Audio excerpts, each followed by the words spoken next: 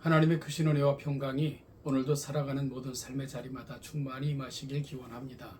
기도하겠습니다. 하나님 아버지, 토요일 아침을 허락하셔서 감사합니다.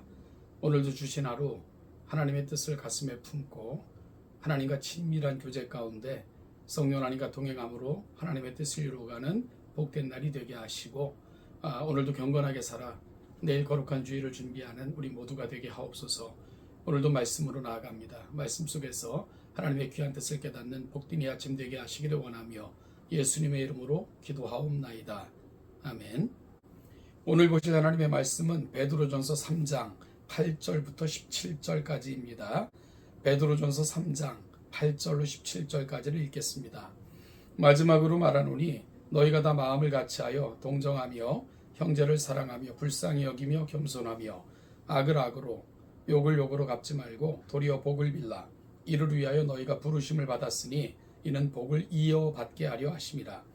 그러므로 생명을 사랑하고 좋은 날 보기를 원하는 자는 혀를 금하여 악한 말을 그치며 그 입술로 거짓을 말하지 말고 악에서 떠나 선을 행하고 화평을 구하며 그것을 따르라.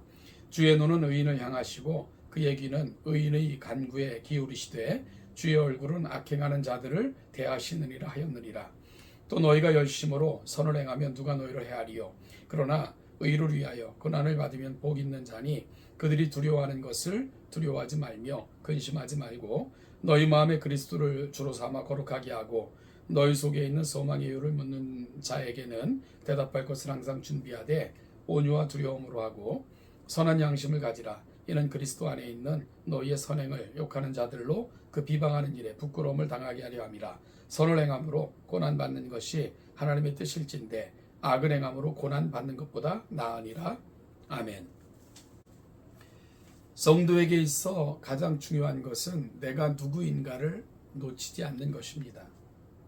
이것을 가리켜 성도의 정체성, 즉 아이덴티티라고 말합니다. 사도 베드로는 성도는 비록 이 땅을 지나는 나그네이지만 정처 없는 소망도 없는 나그네가 아니라 본향을 향해 가는 나그네라고 말합니다. 그러면서 성도들은 이 땅을 의미 없이 단순히 지나가기만 하는 것이 아니라 이 땅을 하나님 나라 건설을 위해 귀하게 주어진 기회로 여겨 선교사적 사명을 감당해야 된다라고 말합니다. 그래서 사도 베드로는 그리스도인으로서의 정체성을 분명하게 설명한 후 이 땅을 어떻게 살아야 할 것인가를 구체적으로 말합니다. 사도 베드로는 그리스도인의 삶의 대원칙을 하나님의 거룩하심을 경험한 자답게 살라는 것이며 이를 통해 하나님의 영광을 선포하며 보여줄 것을 당부합니다. 이것은 모든 영역에서 감당해야 할 사명입니다.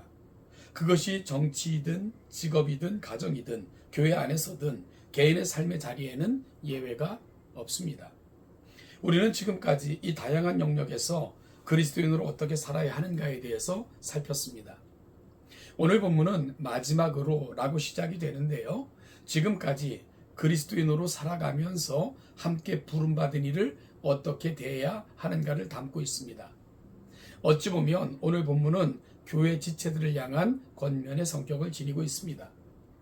하나님께서는 아브라함을 부르시면서 복을 주시겠다 약속하셨습니다. 그리고 복이 개인에게 머무는 인생을 넘어 복을 전하는 인생이 되게 하시겠다 약속하셨습니다.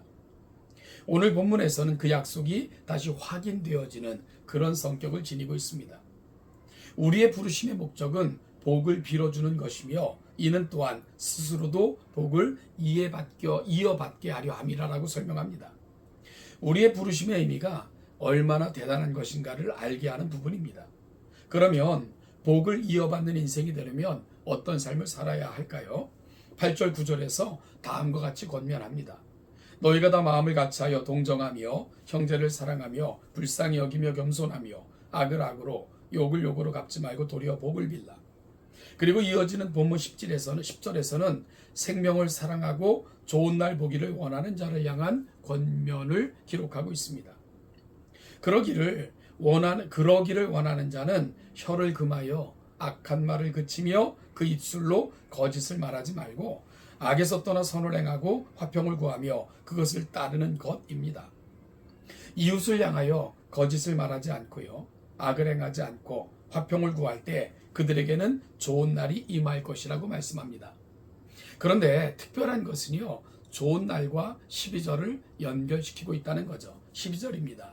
주의 눈은 의인을 향하시고 그의 귀는 의인의 간구에 기울이시되 주의 얼굴은 악행하는 자들을 대하시느니라. 여기서는 하나님께서 선을 베푸시는 인생과 대적하시는 인생이 극명하게 나타납니다. 하나님께서 선을 베푸시는 인생은 의인이며 하나님께서 대적하시는 인생은 악인입니다. 여기서 의인이라 함은 앞서 언급한 대로 사는 자들이며 악인은 혀를 함부로 놀리고 거짓을 말하며 악을 행하는 자들입니다. 이들은 생명을 귀하게 여기지 않기에 함께 좋은 날을 보지 못합니다. 따라서 오늘 본문의 말씀을 잘 기억하시면서 우리 동천의 모든 성도들은 누군가에게 복을 빌고 복을 전하며 또한 복을 이어받는 귀한 인생들이 되기를 바라고요. 무엇보다도 생명을 귀히 여겨 좋은 날을 늘 함께 더불어 경험하시며 사시기를 주님의 이름으로 축복합니다. 인생을 살다 보면 여러 가지 어려움이 찾아오기도 하고요. 때론 낙심이 찾아오기도 합니다. 그런데 죄를 짓고 불의를 행하다 당하는 어려움은 아무 칭찬도 상급도 없습니다. 그런데 베드로 사도는 칭찬과 상급이 있는 고난과 어려움도 있다고 말합니다. 그것은 선을 행하다 당하는 어려움이고 거룩하게 살다가 세상이 자신들과 다르다고 핍박을 하는 경우이며 선한 양심으로 살다가 속된 세상에서 당하는 어려움입니다. 그런데 이런 어려움을 당하는 자들에게는 성경에서 주어지는 위로가 있습니다. 먼저 하나님께서는 이런 자들을 대적하고 비방하는 자들을 부끄럽게 하실 것입니다. 마치 모세를 대적하고 비방하고 그 권위에 대적하는 자들을 하나님께서 부끄럽게 하시고 대적하셨던 말입니다. 또한 선을 행하다가 고난을 받는 것은 하나님의 뜻이라고 말합니다. 이는 하나님께서 귀히 여기셔서 반드시 복을 받게 하실 것임에 대한 확인입니다. 우리 동천의 성도들은 애매히 고난을 당하는 자도 죄를 짓고 그 대가를 감당하는 이도 남을 비방하고 대적하다가 어려움을 겪는 인생들이 아니라 고난도 어려움도 하나님께서 기억하시고 하나님께서 편드시고 하나님께서 안타깝게 여기실 만한 것들이 되시기를 주님의 이름으로 축복합니다. 이런 자는 복을 이어받는 그 자손까지도 보호하시는 하나님의 위로가 함께 할 것입니다. 우리 동천의 모든 성도들은 이 은혜를 누리고 살아가는 복된 가정, 복된 인생들 되시기를 또한 여러분들을 통해 주변이 복을 경험하는 놀라운 역사에 쓰여지는 우리 동천의 성도들 되시기를 주님의 이름으로 축복합니다. 오늘 하루도 하나님의 은혜가 여러분의 모든 삶의 자리마다 늘 충만히 동행하심으로 나타나시기를 주님의 이름으로 축복합니다.